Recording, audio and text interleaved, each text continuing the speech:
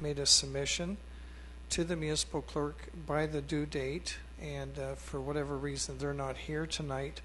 And I would like to make clear that who will review these applications is a combination of Councillor McCarthy, myself, Miss Brace, Town Clerk, and Ian Davey, who is the Director of Finance.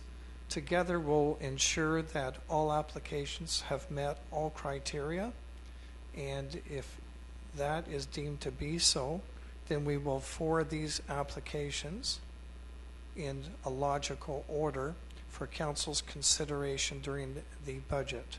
And it will occur in the final budget meeting, and you'll be given due notice. And our goal is to have all our budgets completed by the end of January. So the good news for some of you will be a Christmas present for the start of your year. Without further ado, I want to make clear to Council that these packages at this point are confidential because there are others that you have yet to receive once the review team completes the process, which we haven't done. And your purpose tonight is to ask questions of clarification so you're really clear on perhaps what you're looking at. Any questions from members of Council? Okay, great. Hearing none, I'd like to welcome our first guest, Janette Johnson, representing the Victoria Hall Volunteers, and welcome. Thank you, Deputy Mayor Henderson. Mayor Brockenier and councillors of the town of Coburg, thank you very much for the opportunity to inform you about Victoria Hall Volunteers and to describe our work, which is a definite enhancement, we feel, to community life and historical preservation in the town of Coburg. I'm Janette Johnson. I'm the current president of Victoria Hall Volunteers, and my technical helper tonight behind me here is Tricia Essery. Tricia is a member of our executive board. Who are Victoria Hall Volunteers? We are a group of approximately 60 women who meet 8 times a year in the Citizens Forum. Our mandate, which you can see on the screen, is to assist the town of Coburg in the preservation of the heritage and historical aspects of Victoria Hall and to contribute towards the purchasing and refurbishing of articles and equipment as required. And I will shortly illustrate how we have, through the years, carried out this mandate, how we have assisted the town financially with the historical preservation of Victoria Hall. What are our origins?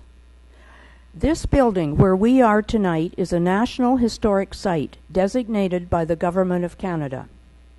At the time it was officially opened by Albert Edward, Prince of Wales, in September of 1860, residents of this town hoped that growing Coburg would perhaps become the future capital of the new province of Canada West.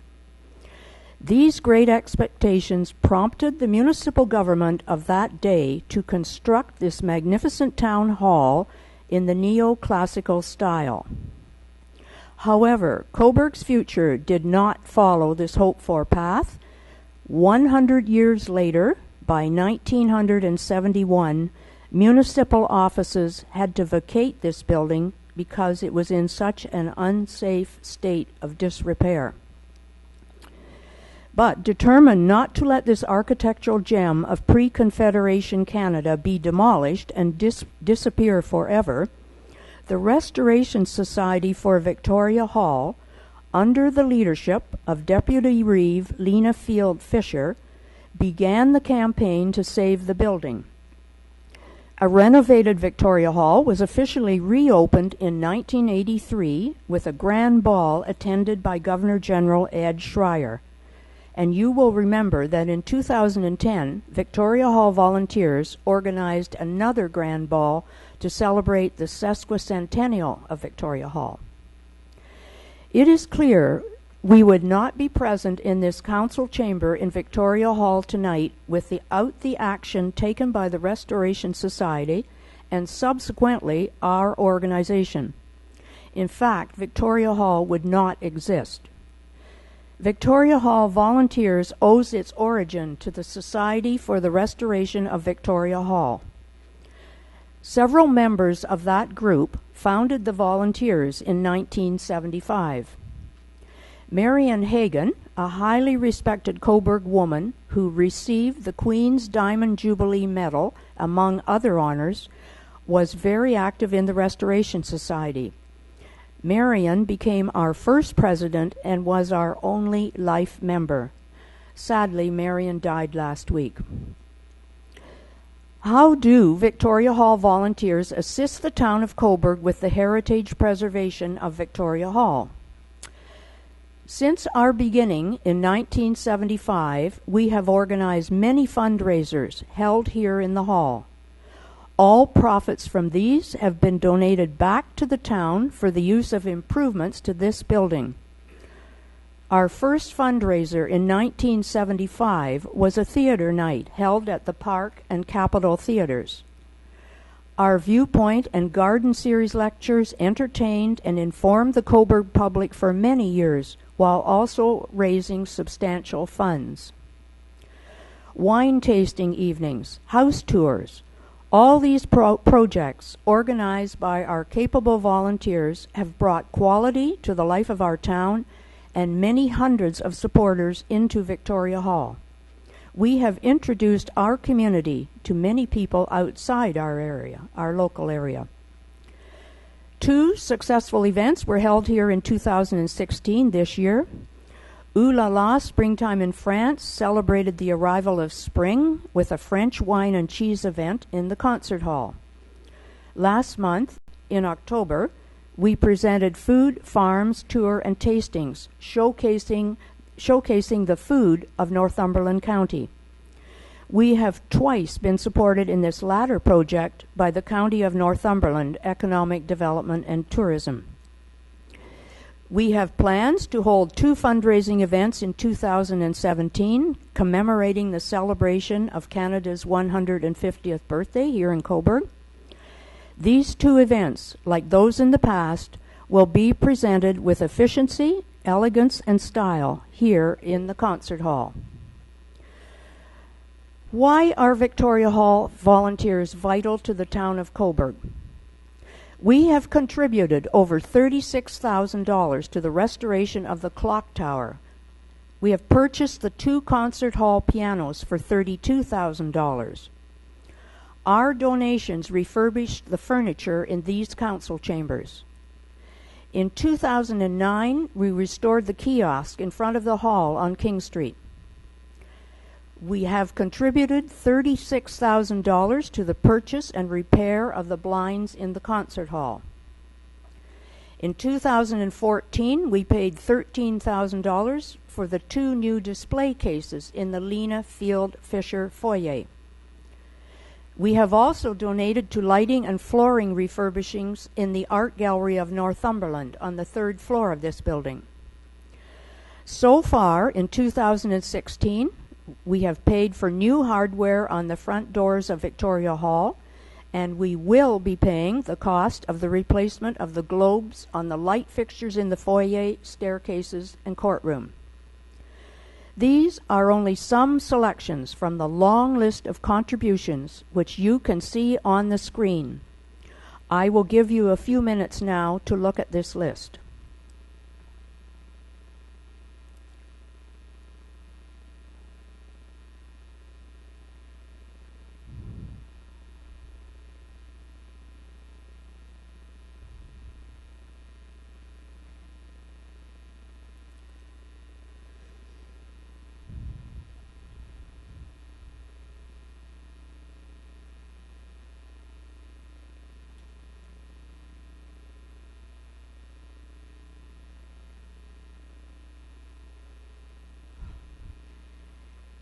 You may be surprised to know that Victoria Hall Volunteers has given over $310,000 to the town of Coburg. Without question, we are partners with the town, helping to make Victoria Hall the heart of our community. Why is Victoria Hall essential to Victoria Hall Volunteers?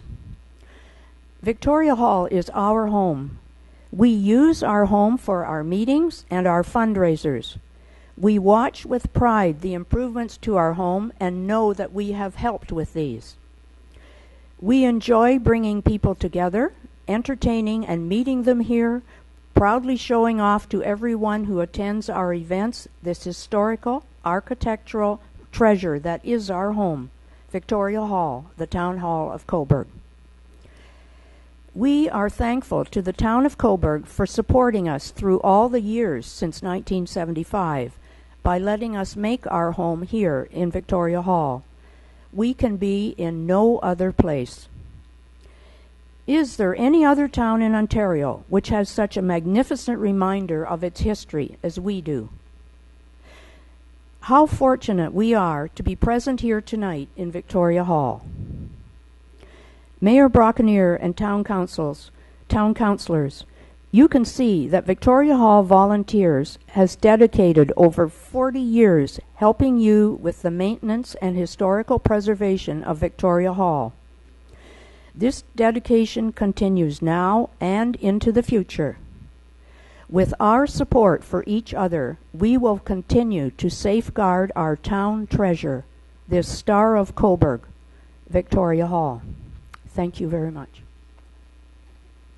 Thank you, Janette, for a most informative presentation. Are there any questions of clarity from any members of council?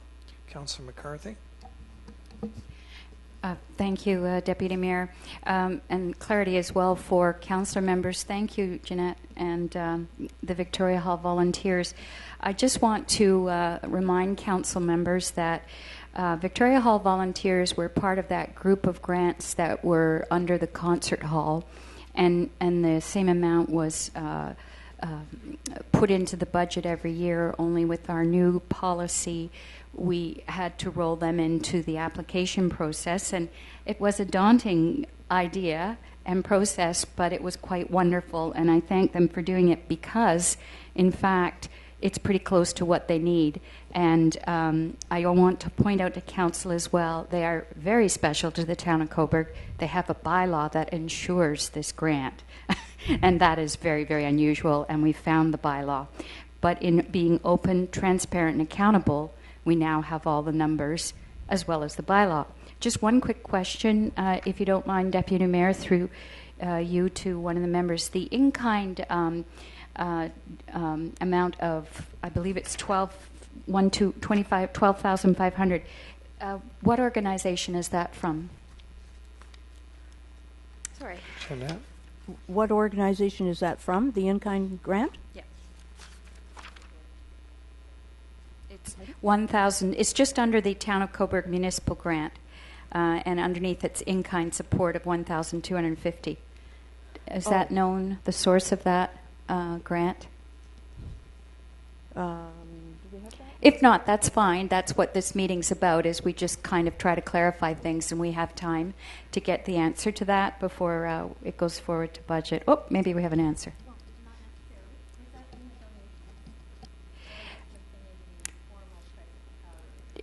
It's in your organizational income. The first line is Town of Coburg Municipal Community, 7,500, which is what you're asking for. Then the next one is a grant, in-kind support of $1,250. Do you remember what that is? Oh, I see. It's just an offset of the lines. Oh, in other words, I get it. Town of Coburg Municipal Community Grant in-kind support is one line. Yeah. Well, that's the moment of comedy for this evening. Thank you so much. Okay.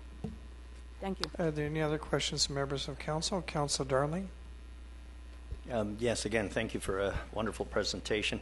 I just wanted to confirm, I didn't see any funding in here in any sort for administration purposes, and I just wanted to make it known, if I'm correct, that everything is volunteer. There is no paid staff. That is absolutely correct. Okay, I just wanted to make sure Yep. that everybody knew that there was no paid staff. This is fully. A lot of societies have paid staff and whatnot, No. so part of the funding goes there. But Yeah. in this case, it's strictly all volunteers. We are definitely all volunteers. I just wanted to confirm that. Thank you Okay. kindly. Okay.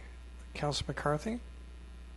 Thank you, Deputy Mayor. And the other point I wanted to make to the group was the benefit of this process, and thank you for doing it, was because Coburg evolves as a community, within longtime Coburgers, you are a beloved and known entity. But many new people move to Coburg, and it is astonishing, your record of philanthropy for this town.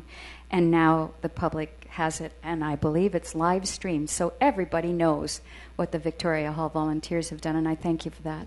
And thank you for your appreciative remarks, Councillor McCarthy. Okay, thank you. I'd like now, as I indicated earlier, we will move up the VOS. I believe the presentations will be given by Florence Fletcher. So, Florence, welcome. And when you're through your notes, I don't believe that's part of it. Will you be proceeding or giving those notes to the clerk? I didn't bring notes. I have already submitted our application. Okay, thank you. I was simply here to clarify So you're any just speaking points to and that just speaking application to the then. application. Okay, thank yes. you. By all means. Yes. Welcome. Thank you. Thank you, Deputy Mayor, Mayor, and members of council. Thank you for this opportunity to come and speak with you this evening. It's a pretty busy week for us. I am the producer of the show that is opening on Thursday night here in the concert hall, and I would like to say thank you to the ladies of the Victoria Hall volunteers before you go. If it wasn't for you, we wouldn't have a place to perform. We really appreciate that. Thank you.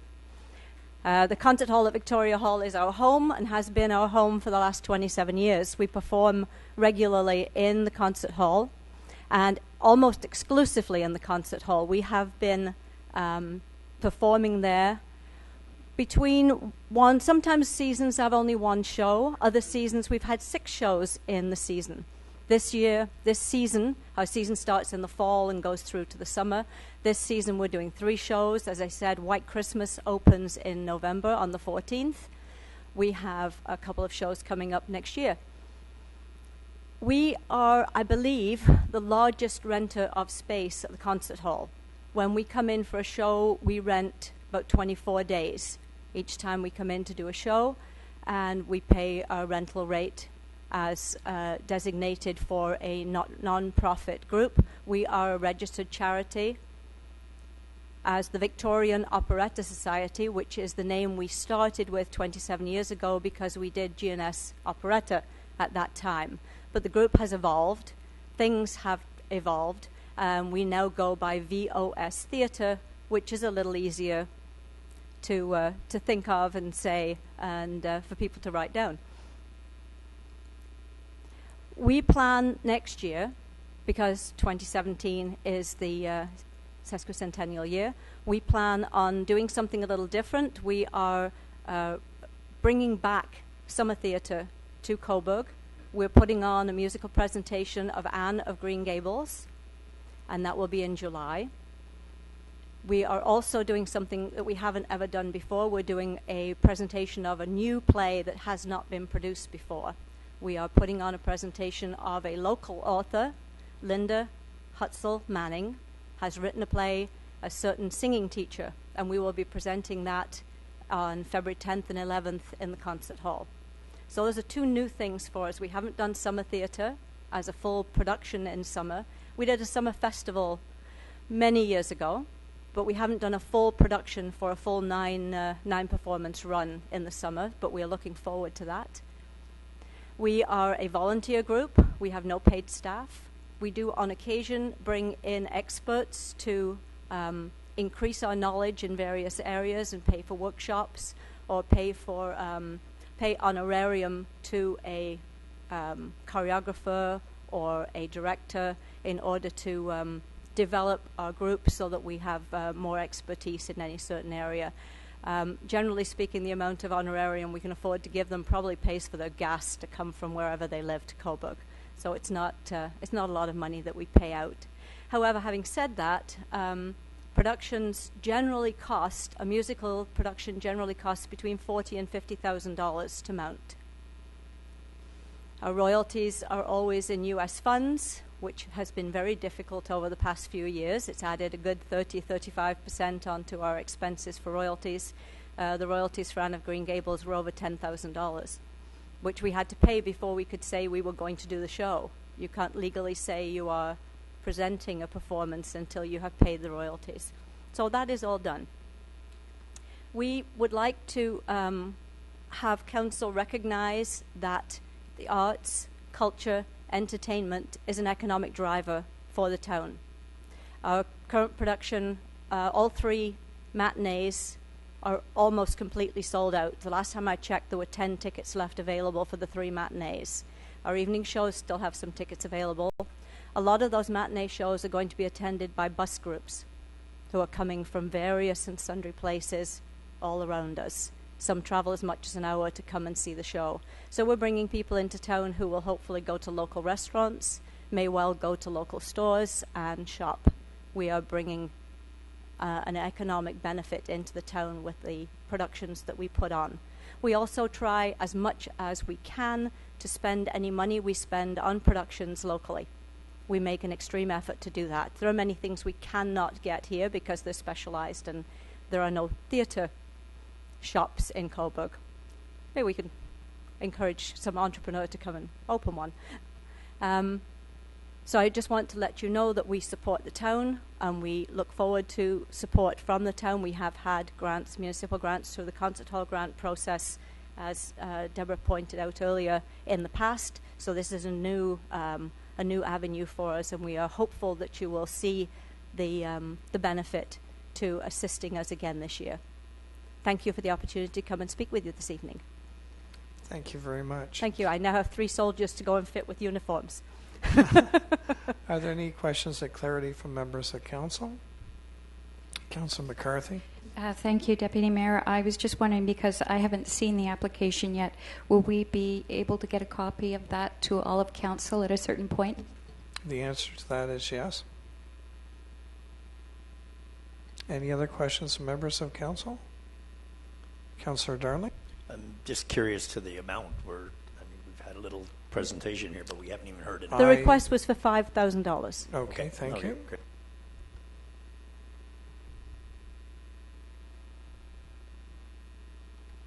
Any other questions, members of council? Seeing none. Florence, thank you very much for this presentation. Thank you very much for your time. You're welcome. Thank you. you. Next in the agenda, we're now going in order. Glenda Jackson and Patrick will present on behalf of Northumberland Film Sundays. And if I'm not mistaken, the clerk handed out to supplement the application a brochure called 2016 Fall Movies, as well as a summation regarding Canada 150 project in 2017. So, welcome. Thank you very much. Good evening, Mayor Brockenier, Deputy Mayor Henderson, and Coburg councillors. Patrick Houlihan and myself, Glenda Jackson, are here to address Coburg Council as representatives and volunteers of Northumberland Film Sundays. Patrick is the chair and treasurer, and I am the coordinator. And there are other members of our volunteer organization here in the audience this evening. We are here having received an invitation from the Art and Culture Subcommittee of Coburg's 150 planning team to apply for a grant of up to $2,500 to assist NFS in participating in the Canada 150 events here in Coburg in 2017. We were pleased that our art and cultural community group was recognized in that way, and we thank you. Northumberland Film Sundays, or NFS, to which it is often referred, was formed in 2003, and 2 of the original members of the founding committee are still active in the group, Patrick Houlihan and John Draper. I became an NFS volunteer in 2008, and at the moment we have 10 active volunteers. NFS is a member of the Toronto Film Festival's TIFF circuit, which is a national film outreach program founded in 1989, engaging strong community partnerships to help bring the best of Canadian and world cinema to communities across the country. Patrick? Thank you, Glenda. Ladies and gentlemen, we appreciate the opportunity to come and speak to you here tonight. NFS has been around since 2003. If you look at our brochure, our current brochure, you will see that about NFS, and we're associated with the Toronto International Film Festival. There are certain films that we are able to provide from them. They provide us a menu of or a palette of films, and we try to match that to our audience. In the 13 years we've been doing this, we've screened 200 films, never had a dark theater. We've had attendance over 40,000, and our donations, because we are profitable, we have donated $45,000 to the local community and a bit beyond of the profits we have left over. And we're sustainable. We take no funding from any government organization. Our major sponsors are Via Rail. They provide us with 2 lovely tickets from Coburg to Quebec City that we give away at our annual film festival, which is held in January in Victoria Hall upstairs, and RBC Dominion Securities. Also, Welcome Wagon has been a participant with us. They're helping us grow our audience. Our ticket sellers are very integral to our success, that being Victoria Hall Box Office, Hardin and Husset, our coffee shop around the corner, as well as Bibilo in Port Hope. For visibility, we have brochures, newspaper, John Draper's fabulous website, and other word of mouth. So, thank you. The proposal of Northumberland Film Sunday's participation in Canada's 150 celebrations is to present what the film industry refers to as a specialized series. Our specialized series would consist of 4 to 8 of the top Canadian films from the past year, screened on 4 separate dates at Rainbow Cinemas, Coburg, July the 9th, July 23rd, August 13th, and August 27th, 2017. This would be an exciting first-time project for NFS and also for Coburg, in that it would help to provide another opportunity for focused attention to the films that are being produced in our own country. The films we select will have emanated from the Toronto Film Festival, but would not, as a rule, have been seen in a wide release format. We will screen at Rainbow Cinemas Coburg, and admission to these films would be free of charge, as is one of the guidelines of this project. Laura Good, our senior programmer of TIFF Circuit, has agreed to help us with the selection, confirmation, and delivery of the films. We feel that this proposal will meet the guidelines outlined by Coburg's Canada 150 planning team.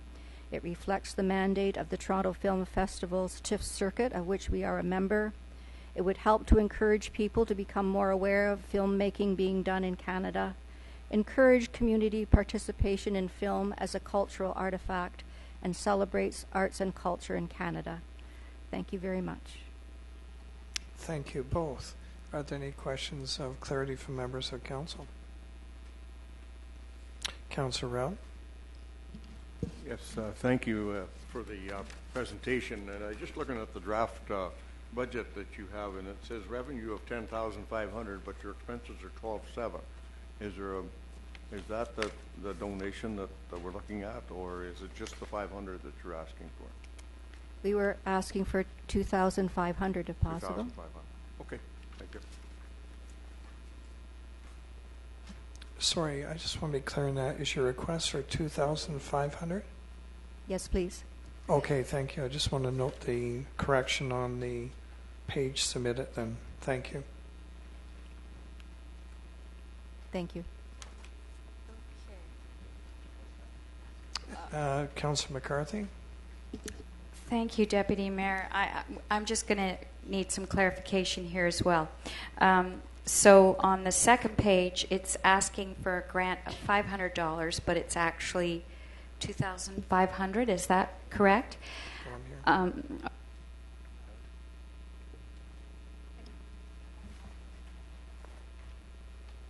If we could just get clarification, we're happy to take whatever your request might be. We just want to ensure we have the right request, because the sheet in front of council is 500.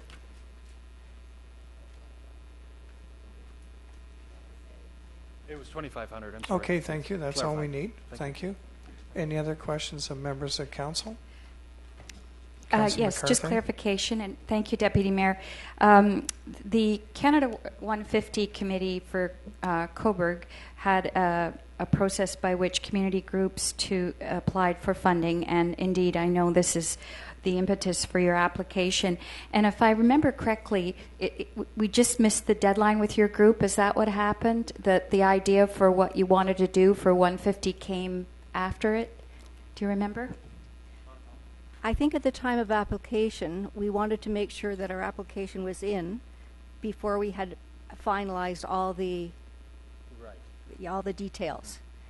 And just so council understands, it takes time to put together a program with this Canadian theme. It was a very special program, and now you've secured it. So that's the reason for the And application. also, we had to speak with Rainbow Cinemas Coburg, and they agreed to support this program by not charging us to rent the theater for this. So that was very helpful. Mm-hmm. Okay, any final questions? Members of council? Councillor Darling. Well, I just want to make sure we're not going against our own policy when we have an application grant that comes in, and I'm seeing the donations 500. I don't know, is that donations you've received? No, that's a donation that we plan to make to this ourselves. Oh, okay. Right, but I don't see the grant amount. Oh, here it is. Amount of grant is a request of 500. Again, Councillor Darling, that's been corrected to 2,500. But what my question is the application is to be submitted by a certain date. But if it's a technical error, and this is why we're having this meeting, we want to ensure that we have the right information, more importantly. So I'm not going to hold a due date to ensure we have the right information. So Okay, I just wanted to confirm. we're going to accept the application as submitted with this change. And if it happens and others will do the same, we want to try and treat each application fairly. Great, thank you. Thank you. Thank you all. Okay, next on the agenda, moving down, we have Alison Torre Pere representing the Coburg District Historical Society. And Alison, I know you're familiar with council. Thank you. Yes, my name is Alison. I'm elected by the Historical Society to serve as the president for 2016-2017 season. And I would like to thank you for the opportunity to make a presentation tonight in support of our application, and also for the chance to share the podium with some of the other great groups here in our community, and to tell you a little bit about what the CDHS offers to the community here in Coburg. Our request is for the in-kind donation for the use of the Citizens Forum here in Victoria Hall for our monthly meetings, specifically for the calendar year of 2017. This is a privilege we have enjoyed since our organization was established as a registered charity in 1981. We also have currently a reach of 126 members. That was at our last count a couple weeks ago. I believe it's gone up a couple more since then. And our meetings are very well attended. We have a relatively small executive that's elected every year to run the program and the general business of the organization. And it's all done completely by volunteers. We have articulated our mission to focus on 2 points. First, to promote interest in the history of Coburg and district and beyond. And secondly, to encourage the preservation of historical, archaeological, and architectural heritage. Our monthly meetings begin, usually we open the doors around 7 p.m. We have a very social membership, and we begin our presentations at 7:30. The fourth Tuesday of the month, from September to November, and again from January to April, for a total of 7 regular meetings. And in May, we alternate between a special social evening of some sort and a bus trip. Our meetings are very well attended, as I mentioned. Our regular attendance is between 50 and 70 people. I have here some examples of recent presentations. We've had, to give you an example of the types of speakers and presentations we've seen in the past year or so, include, you can see in the bottom middle there, local history teacher who does a fair bit of reenactment with his students, and he came dressed in regalia and told us many interesting stories about his experiences. We also have had a grandfather and his grandson attend to tell us about how they've observed Remembrance Day. We've had a variety of interesting presentations from our own members, as well as opportunities to showcase other projects such as the ore car reconstruction on the top left there that was undertaken in the community. There was a very interesting presentation on the bottom right. That's a tableau made by Doreen West that depicts life in Baltimore. So we have really engaging presentations, and they really do focus on Coburg, the history locally, and also we aim to support local authors and researchers who are not always focusing on local topics, but being local people, we do often do what we can to give a platform for their ideas as well. Again, we've had some of our own members present some of their research. On the top left was an engaging presentation by our past president, Judith Gulen, who did some great research about the history of the craft foods and Surdo here in Coburg. Our own police chief came to speak to us and had some really fascinating anecdotes from the history of policing here in Coburg. And again, there's a couple pictures to show you how well attended our meetings are. In addition to our monthly meetings, we have several special events throughout the year. Our trivia night, we have hosted 4 of those now annually. They're historical trivia nights open to the community, and they're always very well attended and very difficult to write the questions for. We have some really knowledgeable people in this community. We also have some volunteers who staff the James Coburn Room during special events. As I mentioned, we have a bus trip every second year. And in 2015, I've included a picture on the bottom left there of an event that we undertook called the Spotlight on Local History. And our aim was to bring together local groups, everyone from the ACO to the Coburg Heritage Committee and the Genealogical Society. We had a room at the library where people could come and learn about all our different organizations. So that was sort of a one-off event and was really something we were very pleased with. Just like everyone else we're hearing from tonight, we're also planning for 2017. Our plans include a celebration in May, a slightly bigger meeting than normal to be held in the concert hall, where we'll be looking at the history of the Canadian flag and other symbols that define us as Canadians. We're also currently organizing to be able to offer scholarships to high school students graduating this year as well. Here are a few more pictures from some of our special events. The top left is a trip to Alderville that we did as one of our bus trips. Our members had a real interest in learning more about the community up there and their history, so that was our bus trip a couple years ago.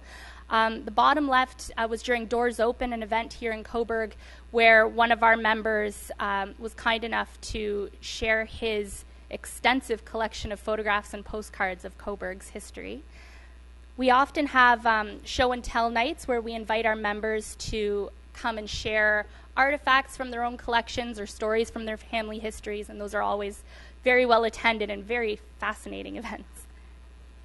We have 2 regular publications. The first is our monthly newsletter called Historically Speaking. It is sent to all of our members, all 126. It includes information about upcoming meetings, contact information for our executive, as well as brief articles written by our membership that showcase things we've been researching, and an opportunity for people to submit what we've called burning questions. So those have really taken a wide range of forms, questions that people submit to us as the Historical Society, and we put them out to our members for answers. Some examples have included recently, what is the year on the weather vane on Victoria Hall? What information are there about archaeological sites in Coburg? We often get photographs that people are looking for help to identify the subjects in the photos. So that's it's really quite an interesting and comprehensive newsletter. Our historical review, we've been publishing one annually every year since, I believe, since our inception. And it is a summary of all the presentations and guest speakers that we've had for the year. It's published and bound, and we do provide a copy to the local library, and often that generates a really great resource for historical researchers too. I would welcome everybody to consider joining us at our upcoming meetings. This is our schedule for meetings. Our November meeting coming up in a couple weeks is one that actually we are very excited about, because we've decided to begin the meeting here in the art gallery and give our members an opportunity to view the Northumberland Went to War exhibit before hearing a guest speaker. Some of our topics coming up include the archaeology and cultural heritage of the 407 extension. And as I mentioned, also in May, we'll be having a larger meeting with entertainment. I believe we're lining up a Mountie who's willing to take selfies with the crowd, so that'll be a lot of fun. So we're really looking forward to celebrating in 2017 as well. Our membership is our main source of revenue. Our fees are listed there on the right. We do try to keep them reasonable. The fee includes the newsletter, the historical review, attendance at all our regular meetings. We occasionally, as I mentioned, do host social events, usually 1 to 2 a year. We tend to break even if we're lucky with those. They're not huge in scope, but we don't really see them as a source of revenue. We occasionally receive donations, and we have many members who donate used books that we sell at our meetings as well that have a history theme to them. Our expenses are relatively modest. We provide refreshments occasionally for our members and a small honorarium and mileage to our speakers who come from farther away. Our request before you is for the in-kind donation of the use of the Citizens Forum. As I mentioned, during 2017, there will be 7 meetings. They're usually about 2 hours long in the evening. And as per the 2016 fees and charges schedule, I believe the total in-kind cost would be approximately $700 plus security. As I mentioned, we have been meeting in Victoria Hall for approximately 35 years. It is an accessible space, which is important to our members, with AV capabilities, which we use at every meeting. 50 to 70 people is a fair number to accommodate in a space like that, so we are very grateful to be able to have used the Citizens Forum in the past. And we feel strongly that it is a privilege to meet in Victoria Hall, which is both a National Historic Site and also the centerpiece of Coburg's heritage, and does a lot to set the tone for our meetings. So for us, it is the ideal place to hold our regular monthly meetings. And again, thank you for the opportunity to present to you today and for considering our request for the use of the Citizens Forum. And I'm happy to answer any questions you might have. Thank you, Alison, for a comprehensive presentation. Any questions, members of council? Councillor McCarthy. Thank you, Deputy Mayor, and through you to Alison, and thank you for the presentation. I went to your website, and part of what I try to sort out with the requests from community groups is the impact on the community. And I know there's strong interest in history, but I also noticed in your website those newsletters are available to anybody who can look, and also you have historical reviews that seem to give an extra presentation on past presentations. And I just wondered if running a website's a lot of effort. Is that something you do on a volunteer basis to get all that done? Because there's a certain amount of management done, and deliver it almost free to the public if they're willing to go to your website. Thank you for pointing that out. Actually, the website is something that used to be integrated with the archives when that was under the mandate of the Historical Society. In recent years, we have worked, it's really just been in the past year or so that we've revamped, for lack of a better word, our website, with great thanks also, of course, to John Draper, who, as a member of our Historical Society, donates his time to help with that.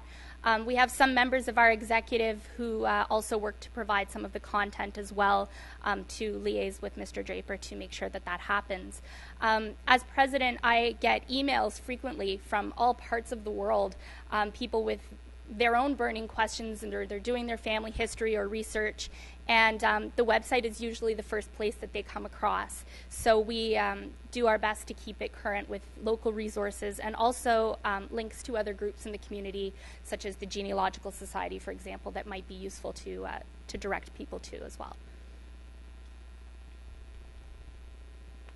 Any other questions, members of council? Council Darling? Yes, thank you for your presentation. I'm just noticing here a donation from Dominion Securities for $17,984.52. Is this a one-time grant, or is this an annual grant? It's certainly not annual. It is something I can get more information for, if that would be useful. It, I believe, had something to do with the archives and monies that had previously been allocated to the Historical Society in relation to that. I don't have all the details for it, but I can certainly find out from our previous year's financial. Okay, and I just see, so your excess revenue over expenses is the $17,000 mark. Do you have a cap on that, or something in your minutes as to what you do with excess money as far as donations? Or we really don't receive very many donations. When we do, they're relatively small for the most part. We try to operate from year to year within our means, as everybody does. We have, as I mentioned, very modest expenses, typically just a small honorarium to our speakers.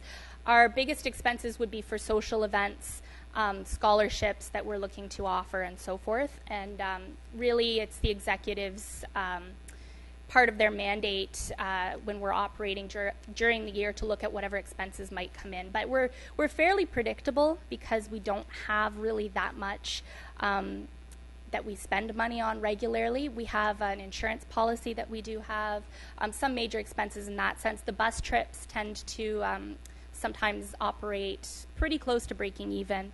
But certainly I know there was some, before my time as president, there was some financial, I guess, goings on with the closure, or not the closure of the archives, but their movement to the county as rather than being under the Historical Society's umbrella. So I can certainly get more information about that. okay, thank you. And Alison, if I request when you have that information, just forward it to the clerk or to Mr. Davey. We would certainly appreciate that. Sure. Councillor McCarthy, another question? Thank you, Deputy Mayor. No, I can actually shed some light on that donation. And just because I'm on the Coburg Public Library Board, and when there was a Coburg Library Foundation set up many years ago, and it was related to building the new library. And because Archives and Historical Society were part of that building, but of course that's since changed, the foundation, which was basically funded through money left over after the fundraising campaign for the library, and it's just kind of been there. Both groups could ask for monies for special projects, library, obviously books, or something else. I'm not sure what the Historical Society. But because the board of the Coburg Library Foundation does no longer fundraise and has simply, the board was inactive for a number of years, they closed it. And that was a charitable foundation, and the proceeds were split between the Coburg Historical Society and the library. And I don't know about what you'll do with that. It's, believe me, it's a one-time sum. But the library, of course, has put it away as if the foundation existed, and the library applies to that pot of money for special projects as it would do every year. So that is a one-off, and maybe the Historical Society will share at some point what they plan to do with that. Thank you. Thank you. Okay, I'd like to move on, and thank you very much. If there are any questions, please let me know, because I want to be cognizant of those sitting who are still need to present, and knowing that we have a council session after. Councillor Sherwin, do you have any declaration of interest at this point in time? Okay, thank you. I'd like, based on that, moving to our agenda, we're down to Carly Cunningham, Cornerstone Family Violence Prevention Center. Welcome. Good evening, everybody. Thank you for having us this evening to speak to you. Established in 1983, Cornerstone Family Violence Prevention Center, formerly Northumberland Services for Women, has been providing vital services to women and children within Northumberland County fleeing domestic violence situations. Over the past 33 years, Cornerstone has grown from 5 women at a kitchen table with an answering machine to become a full-service facility with a staff team of 34, providing immediate shelter and counseling services. At Cornerstone, we are determined to break the cycle of family violence, to become a community committed to healthy, respectful relationships. Since April of this year, we have helped 46 women and 31 children in shelter alone, operating with an occupancy rate of 129%, leaving 9 women and 1 child on our wait list, and unfortunately having to turn away 46 and 32 children from our services.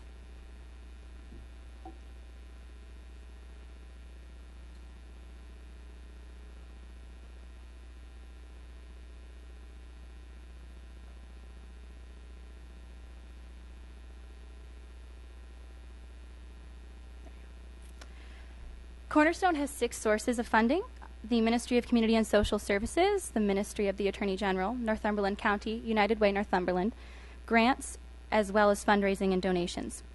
But these sources of funding have reached a plateau, and it grows challenging to keep up with facility maintenance. With such a high occupancy rate, the shelter is getting used frequently, and the wear and tear has taken its toll. Thus, we have come to you requesting $1,000 for necessary shelter refurbishments.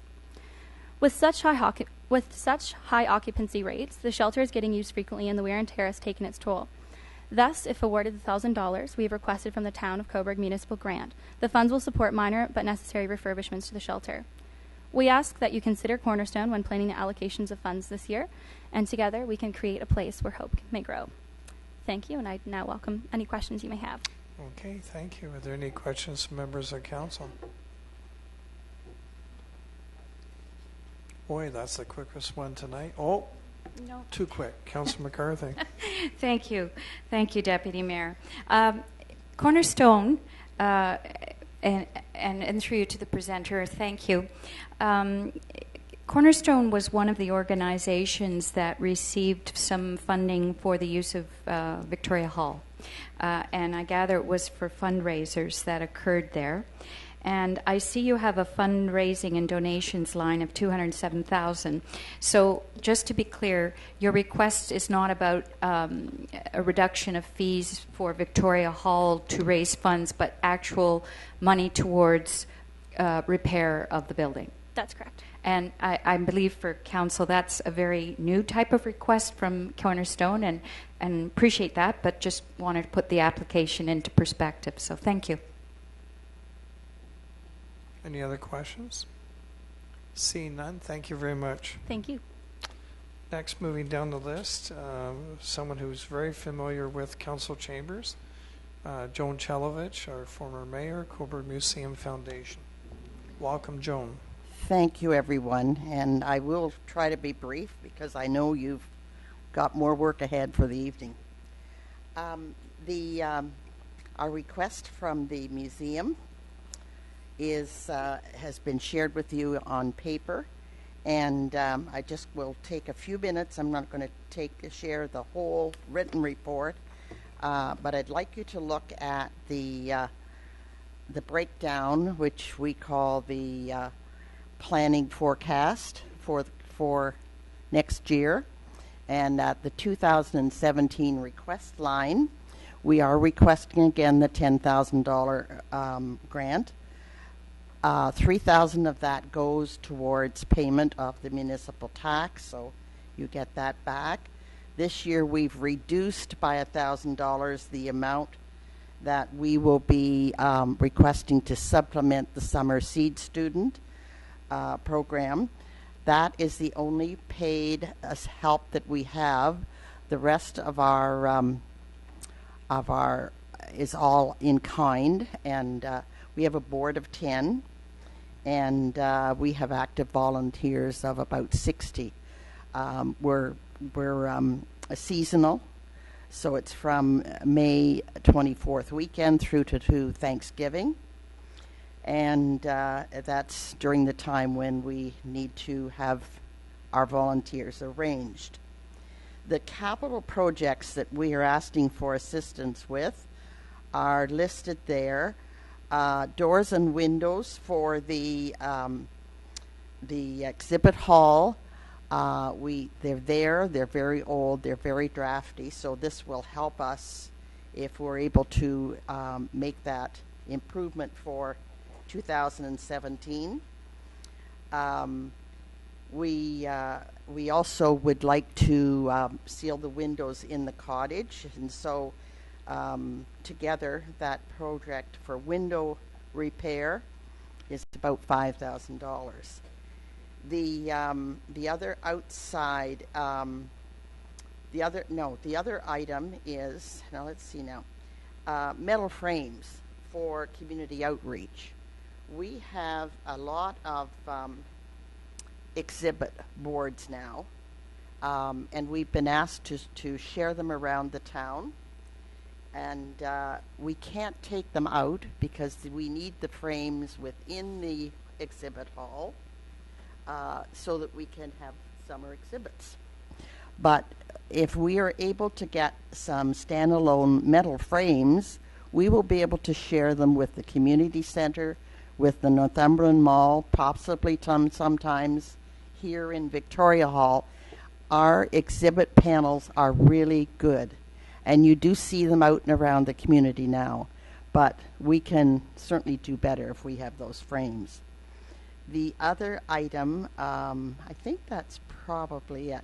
Oh, fence posts. Our fencing's been there now for about 10 years, and some of those posts are getting a little bit wobbly. So if we can, we'd like to upgrade some of that post material. I was looking back at our submission, and I think that the membership has improved this fall, and I believe the last report I had, we were at about 150 members. Our visitors for the current year were about 2,500. We have been up over that in previous years. I think first year we were 3,000.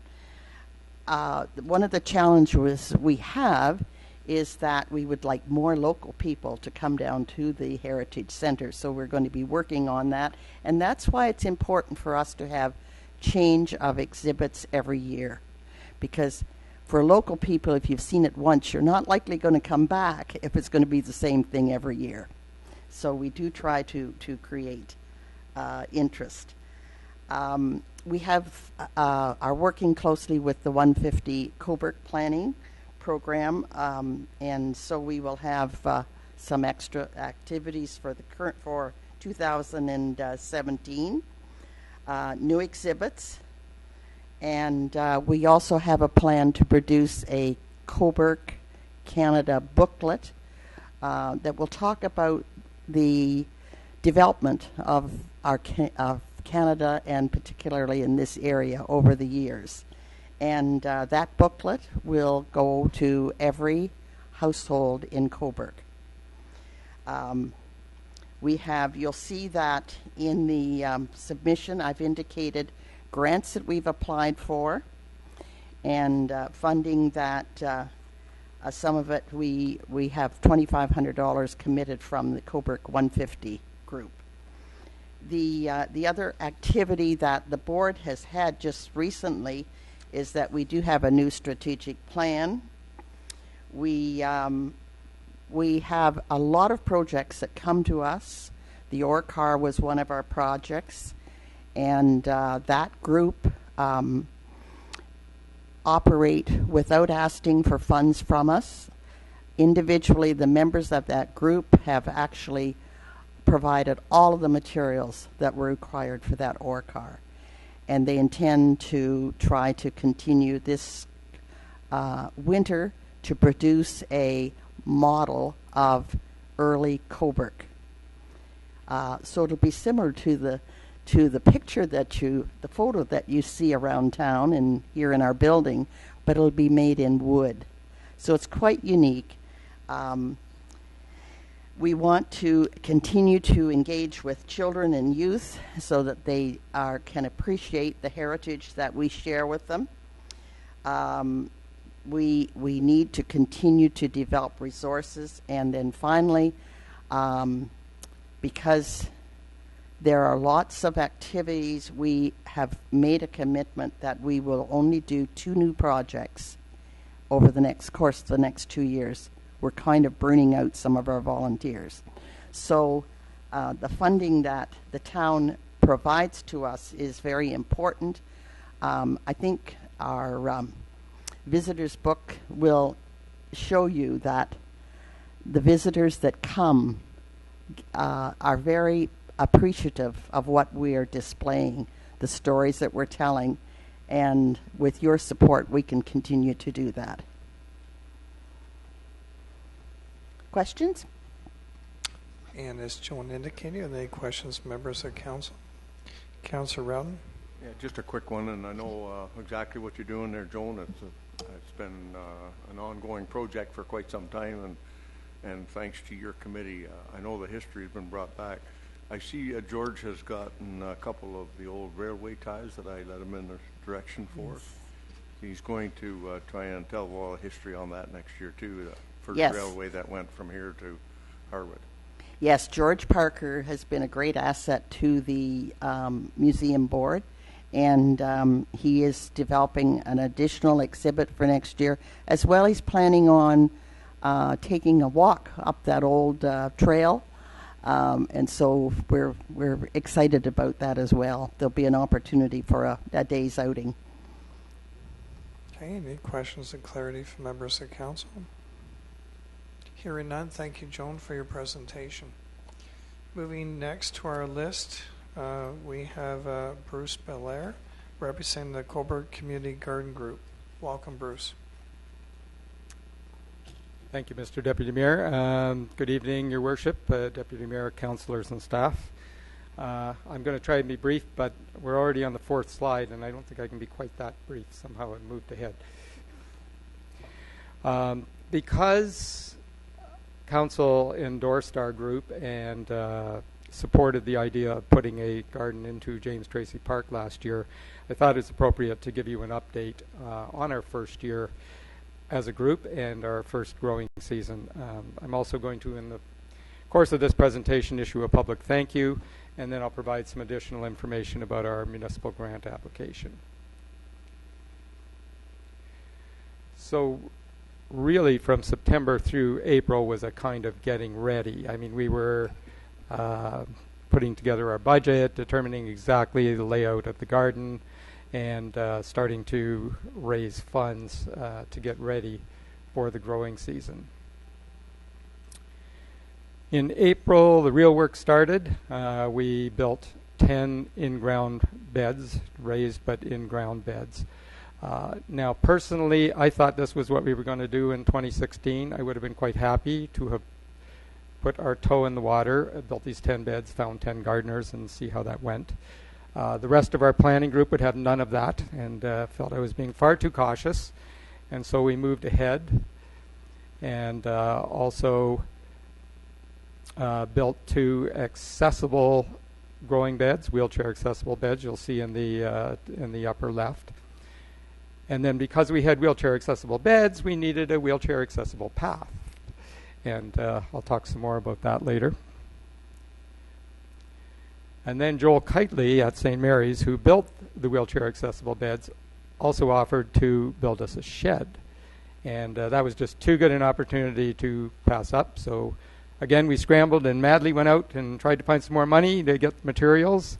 And the students got as far as the upper right corner by the last day of school.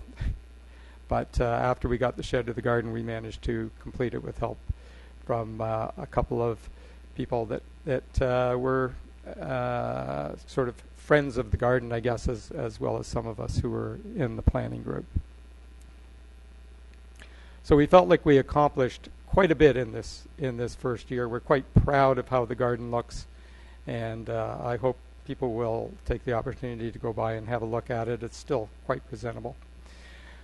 We did a number of fundraising efforts. In the end, these were great community events. We didn't make a lot of money out of the fundraising events, And most of our money that we used to build the infrastructure came from grants and donations, and I'll get into that a little bit later.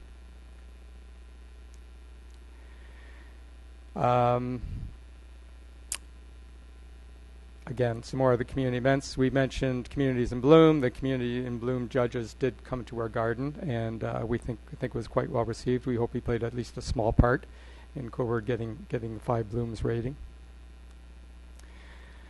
This is where I want to take a moment just to thank some people that we just couldn't have done it without them. And Mr. Huswick, I hope you're becoming aware of how good a staff you have under you. So, right from the beginning, when we first met with Teresa Bain and Jason Johns, it felt like a real partnership. Teresa and Jason were very helpful in so many ways. I mean, initially there were in-kind services, as council had agreed. They put in a water pipe and a tap for us. But when it came time to put in that accessible path, Jason said, you know, my crew knows how to do that. And in the end, they were the ones that dug out the path.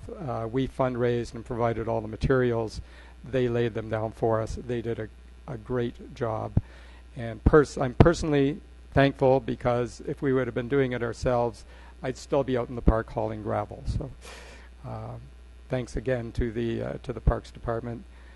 When it came time to move the shed, we decided to once again reach out to the Parks Department, and they were the ones who, on the last day of school, moved the partially finished shed from St. Mary's to the park for us. So for all those things, thank you, Teresa, and all your group. And again, just to give you an idea, I mean, we had some very generous grants from Cameco, Community Power Northumberland, Rotary, and Remax, and those were most of our funds came from to be able to build the path and the shed and all of those different beds. So 2016 was a real year of building. All of the beds were taken, and we're also really happy with the gardeners that we had. They all did a great job of tending their gardens. They looked neat and tidy the whole time. We also had help from an outdoor ed class at St. Mary's, who came over and helped us establish our perimeter gardens, which we think really, once again, contributed to the look of the gardens. So on to 2017. So we have submitted a grant for a municipal, an application for a municipal grant for $700. And the reason we've done this is in 2017, the minimum things we will need to pay for are our insurance premium and our website hosting. And the $700 would cover those two things. Now we absolutely aim to continue to fundraise. We absolutely aim to go out and look for donations and grants for particular projects. But the thing is, even though, and you'll see if you look at the grant application, we've provided a budget in there. We do hope to build another 10 in-ground beds, depending on demand, and another 2 accessible beds. But those are discretionary. We can work with those depending on how much money we can raise. Whereas, in order for our group to continue, we absolutely have to pay our insurance premium and our website. So really what we're asking the town for is to help us out in our second year of operation. We had one big year of building. This will give us a much better idea of what it's going to take for us to continue on a kind of more regular basis. We know we do need to put in a business plan for the next 5 years and really think about how we're going to obtain those operating funds going forward. But we are looking for some help this year just to keep us going in our second year while we kind of figure some of those things out. So I'd be happy to take any questions. Okay, any questions from members of council? Mayor Brockenier, followed by Councillor Darling. Thank you, Deputy Mayor Henderson. Bruce, do you have any idea of the amount of produce that actually came out of those gardens this year? I mean, you know, the idea of a community garden is absolutely fabulous. I'm just trying to have an understanding of what we might get out of that for the community. Yeah, so this year, all of the gardeners were growing for themselves, although we had at least one teacher who was growing with her students. I mean, from personal observation, the yields out of the garden were great. So some people had more tomatoes than they can use, and I'm sure they were giving them away. We're hoping in our second year and as years go forward to make the garden more of a community, hold more events, and start dedicating 1 or 2 beds, working ourselves as volunteers with our gardeners to be able to start contributing to the food bank and making some more food accessible in the future. But again, this year we're feeling our way, and each of the gardeners kind of did their own thing this year. Yes, thank you, Mr. Belair, for your presentation.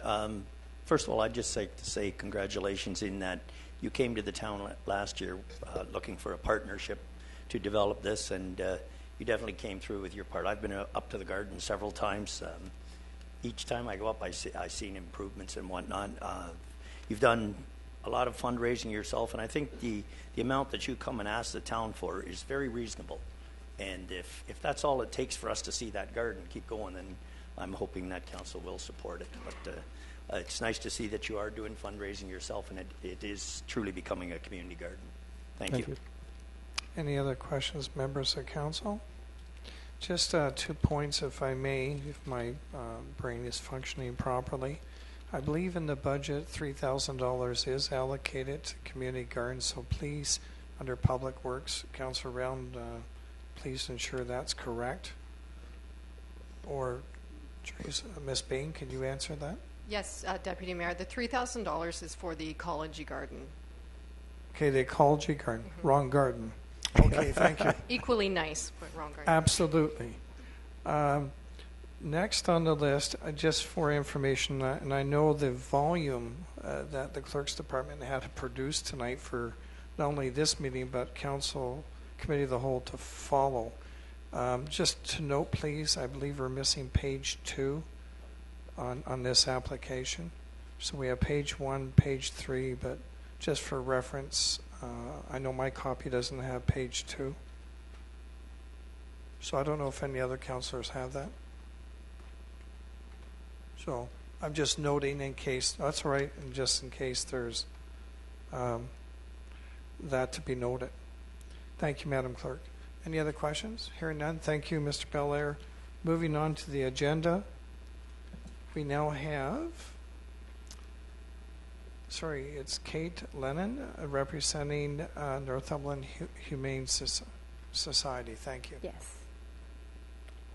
Good evening, Deputy Mayor Henderson and council members. My name is Kate Lennon, and I am the General Manager at the Northumberland Humane Society, and thank you for your time to introduce you into the important work that the Society does. This is our first grant application, I believe to my knowledge within 10 years to any organization, so we are new to the game. So thank you for the time. So just a little bit about the Humane Society. So we were established in 1966 as the local branch of the Ontario Humane Society, known as the OSPCA today, and we have been serving the local community for 50 years. So we serve all of Northumberland County. So we work together with the Board of Directors and our animal care staff to ensure that the best possible care is provided to the animals in our community. And although many aspects of our organizations have changed over the last 50 years, our goal remains the same. So our mission in the community is to provide protection to all animals in Northumberland County by investigating complaints of animal cruelty and enforcing applicable laws. We provide shelter and comfort to all animals in need. We promote adoption and rehoming for abused, abandoned, neglected, and unwanted companion animals. And we ensure that every animal has the opportunity to live a healthy and fulfilling life. And of course, we promote humane treatment of all living things. So the Northumberland Humane Society has a few services we provide to the community, of course, town of Coburg being one of them. So we have our animal cruelty investigations, our sheltering and adoptions, community education, our pet food bank, and our emergency boarding program. So I'm just going to touch really quickly on these services. So as the local affiliate of the OSPCA, the Northumberland Humane Society is legally responsible for all animal cruelty investigations in the county, and we are the only organization in our community with the right to enforce those animal cruelty laws. And we receive over 300 calls each year in our community. So animal admission. So we take in animals in a number of ways. Owner surrenders, of course, cruelty investigations, abandoned animals, transfers from other agencies, including our local animal control facility, and injured wildlife. So in 2015, we brought in 340 animals. So far to date, in 2016, we're at 303. We average between 30 and 40 animals a month, so we are projected to pass those numbers this year. And a large number of those numbers do come from the town of Coburg, residents within.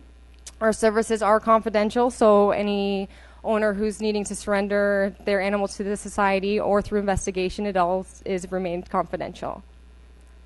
So our animal outcome in 2015 was 294, and 2016 to date 320, and a large majority of those animals are adopted to residents in the town of Coburg. So our group also does community education. So we, through various partnerships with the community, we offer education and programs which promote the well-being of animals within Northumberland County. A lot of those presentations are in the town of Coburg. Just last week, we did a presentation at the Coburg Library. And the Pet Food Bank is a new program that we provide to the community. So we offer assistance to members who are encountering temporary difficult times, so we provide food for their pets. So we provide a minimum 2-week supply of food to help families get through their difficult period and ensure their pets do not suffer. One of our more hidden programs is our emergency boarding program. So we offer temporary pet boarding for owners who are in need of assistance. So the NHS will keep pets safe during a time of crisis until a permanent solution can be found. Such crises are disasters, medical emergencies, individuals entering into a recovery program, and situations of domestic abuse. So we touched on those couple of things because the Northumberland Humane Society, even though it's been serving the community for 50 years, it is rebranding itself and entering the community a little bit more. So just to touch on a little bit of our financial information, we do not see funding of any kind. We basically rely solely on the community for our support. So we do monetary donations, community fundraising events, sales at our thrift shop, and generous bequests.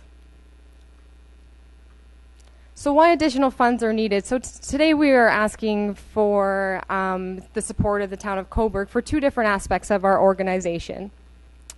The first one being for spay-neuter services.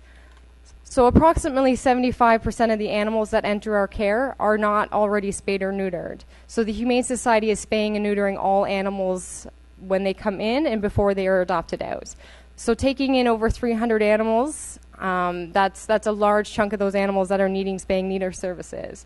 So a large part of those animals coming in are from the town of Coburg, and a lot of them are being adopted back out to the town of Coburg. And of course, our NHS thrift shop is located at 46 Covered Street, so we are applying for support for our thrift shop. It is the #1 source of income for our organization, and it is in need of many renovations. The driveway has several potholes in need of professional repair. Additional storage space is required in repairs to the current sheds that we have, and new lighting needs to be installed in the back area of the thrift shop. So there's just a couple of pictures here, and I know it's kind of hard to see. You'll see the top one there, the top corner. Those are the old storage sheds for fibers, just made out of plywood. So they're rotting. We don't no longer use the one on the 3rd, so we are in need of upgrading those. In the back, the top right picture is where we'd like to build the storage shed in that back corner. And it's really hard to see those potholes there in the bottom, but we have had companies support us to try and patch them. But unfortunately, we're at a point now that the driveway needs to be teared up and re-leveled. So that is what we are applying for funds today. So on behalf of the organization and Animals We Care For, I'd like to say thank you for considering the Northumberland Humane Society and giving us a chance to come out to talk about our organization. Okay, thank you. Any questions from members of council, starting with Mayor Brockenier? Thank you, Deputy Mayor Henderson. When I looked at your revenue page, I see it was had lump sums in there, donations and memberships, but it wasn't broken down as to where you got donations from. So have you received any money from Northumberland County or the town of Port Hope as part of your revenue? We do not. The only donation the Northumberland County does is we do apply for a tipping fee subsidy to offset the cost of the recycling and garbage disposal at the thrift shop, just as a waste diversion program. Questions from other members of council? I have two, if you don't mind. Just in past, has your organization ever applied to United Way of the Day of Caring? We have done Day of Caring. They actually last year did a couple of renovations at our thrift shop. The front cache that we had done. We've considered putting in applications with Day of Caring for the renovation of the store, but I know with Day of Caring it is just a one-day project, and all the renovations that are currently needed are definitely long-term projects. Okay, and my second question, and I may have missed it, I know you've submitted in your package 2015, but I don't see any 2016. Will you be submitting those figures to this council? So our fiscal year ends November 30th, so that's when our financials. So the financials you have are for last year from our auditor that we do each year. So the next audited statements won't be available until, I think, February of 2017 for the 2016 year. Okay, thank you.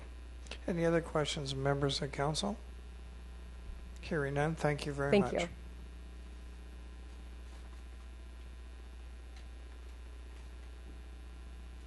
At this point, I believe we have dealt with submissions for those who've come in late. There will be other submissions that the committee will look at. As I indicated before, the hope will be bringing the results of these recommendations back to the final budget meeting in January. And at that point, I believe that addresses tonight's agenda. Any comments from members of council? Councillor McCarthy? Thank you, Deputy Mayor. I just want to point out to council members, because we experienced some confusion about Northumberland Film Sundays, and the financial information that they gave was for their January 21st, 2017 event. In fact, I understand this a bit better now. What the $2,500 they're asking for is the event in July and August, which you may have understood, but it comes as an email, so I'm going to follow up with them that they write out their application with that event in mind, because this is a no-charge event for the public with based on Canadian films, and I don't think it came through quite clearly enough, so we'll follow up with that. Thank you. Okay, looking at the clock, if it's indeed accurate, I'm going to assume it is, I'm going to ask council to take a break till roughly 7 minutes worth. That puts us about 7:29, and that will allow our communications officer to do what she needs to do in the back room, and it will give council members and staff a few minutes break before we proceed to council. Thank you. Call for adjournment. Councillor Burkhart, thank you.